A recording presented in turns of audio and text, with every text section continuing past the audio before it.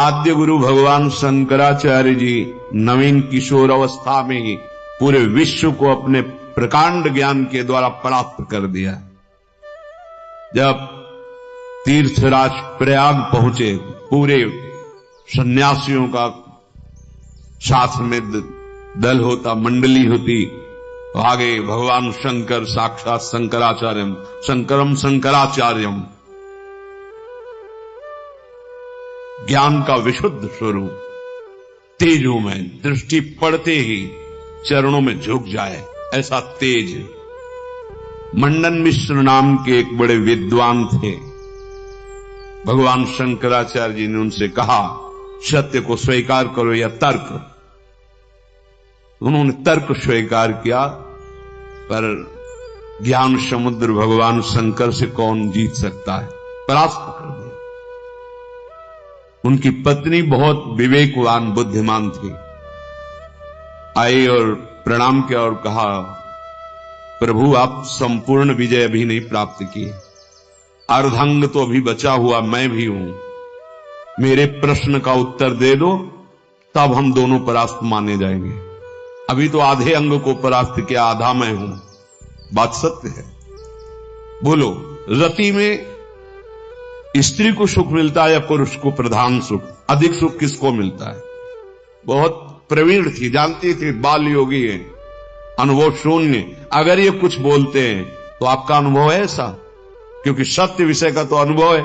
अच्छा, चेष्टाएं तो की ही नहीं, तो कैसे इनको अनुभव होगा? तो चुप हो जाएंगे। पूछा, मुस्कुरा दिए भगवान शंकराचार्य, समय चाहिए इसके लिए। हाँ, देती हूं।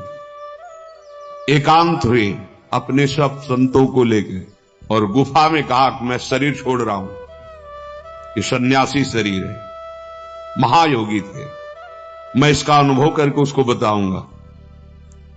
आप हमारे शरीर को गुप्त रखना और ऐसी ऐसी पद्धति से सुरक्षित रखना, प्रकाशित ना होने पावे कि ये शरीर यहां है।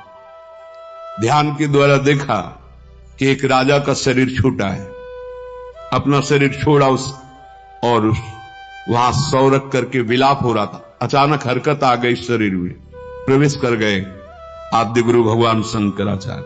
इसके पहले अपने शिष्यों को बता गए थे, मैं वहां उस शरीर में प्रवेश कर रहा हूं और भगवान हरि की माया बड़ी प्रचंड है, कहीं ऐसा ना हो कि उस वैभव सुख में राजी हो जाए। तो एक मोह मुद्गल स्तोत्र की रचना करके दे दी थी, ये आके सभा में सुनाना तो ये सब ठीक हो जाएगा। आद्य गुरु भगवान शंकराचार्य ज्ञान समुद्र, वो कह रहे हैं कि कहीं ऐसे वैभव में, राज वैभव में बुद्धि राजी ना हो जाए, इसलिए मोह मुद्गल स्तोत्र, भज गोविंदम गोविंदम भज मूढ़मते, पूरा स्तोत्र है, ये सुनाना के राज दरबार में।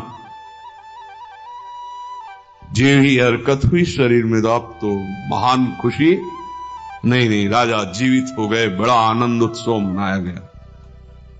अब शरीर तो राजा का, लेकिन अंदर योगी, महायोगी, लौकिक चेष्टाओं का बिल्कुल ज्ञान नहीं। रानी बहुत बुद्धिमान थी, समझ गई कि राजा तो पधार गए हैं, इनके शरीर में किसी योगी का आवेश हुआ है।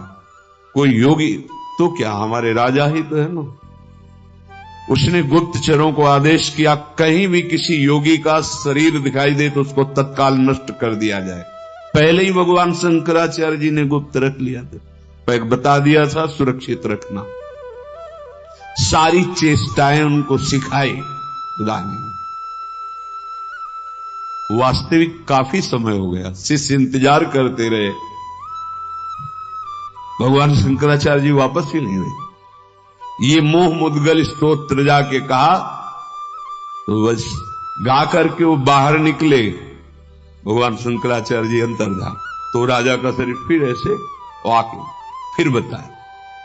तो भोगों में और योग में दोनों के अनुभव करके बड़े बड़े महापुरुषों ने देखा, केवल भ्रम, कहीं कोई सुख नहीं।